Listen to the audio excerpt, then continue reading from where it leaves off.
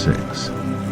My son, if you have to put up security for your neighbor, if you have struck hands in pledge for another, you have been trapped by what you said, ensnared by the words of your mouth, then do this, my son, to free yourself. Since you have fallen into your neighbor's hands, go and humble yourself. Press your plea with your neighbor. Allow no sleep to your eyes, no slumber to your eyelids. Free yourself like a gazelle from the hand of the hunter, like a bird from the snare of the fowler. Go to the ant, you sluggard. Consider its ways and be wise. It has no commander, no overseer or ruler, yet it stores its provisions in summer and gathers its food at harvest. How long will you lie there, you sluggard? When will you get up from your sleep? A little sleep, a little slumber, a little folding of the hands to rest, and poverty will come on you like a bandit, and scarcity like an armed man. A scoundrel and villain who goes about with a corrupt mouth, who winks with his eye, signals with his feet, and motions with his fingers, who plots evil with deceit in his heart, he always stirs up dissension. Therefore, disaster will overtake him in an instant. He will suddenly be destroyed without remedy. There are 6 things the Lord hates, 7 that are detestable to him: haughty eyes, a lying tongue, hands that shed innocent blood, a heart that devises wicked schemes, feet that are quick to rush into evil, a false witness who pours out lies, and a man who stirs up dissension among his brothers. My son, keep your father's commands, and do not forsake your mother's teaching. Bind them upon your heart forever, fasten them around your neck. When you walk, they will guide you. When you sleep, they will watch over you. When you awake, they will speak to you. For these commands are a lamp, this teaching is a light, and the corrections of discipline are the way to life, keeping you from the immoral woman, from the smooth tongue of the wayward wife. Do not lust in your heart after her beauty, or let her captivate you with her eyes. For the prostitute reduces you to a loaf of bread, and the adulteress preys upon your very life. Can a man scoop fire into his lap without his clothes being burned? Can a man walk on hot coals without his feet being scorched?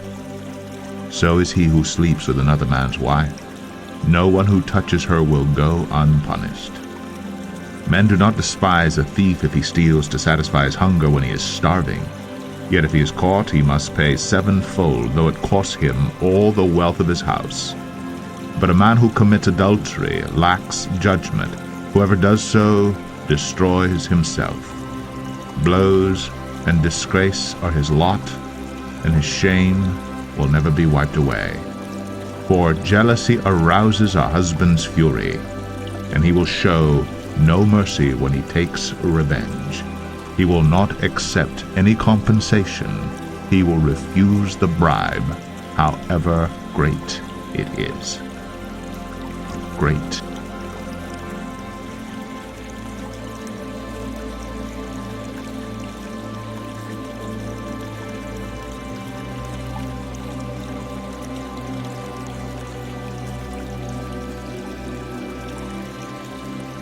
Proverbs 7.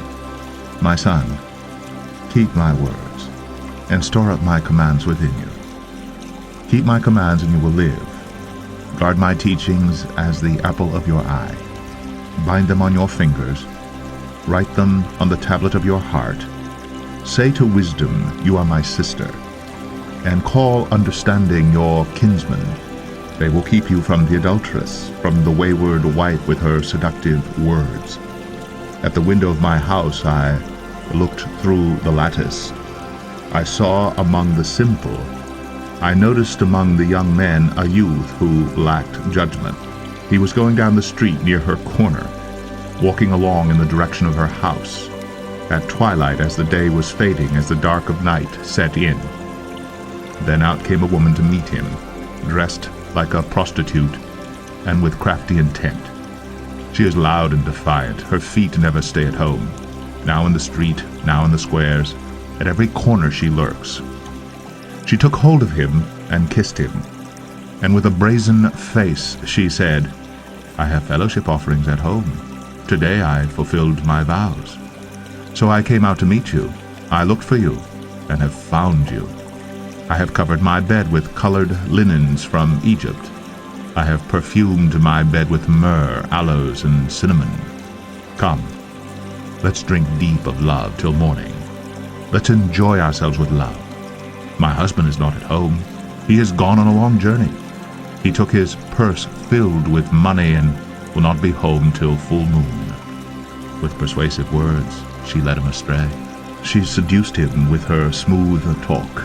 All at once he followed her like an ox going to the slaughter, like a deer stepping into a noose, till an arrow pierces his liver, like a bird darting into a snare, little knowing it will cost him his life.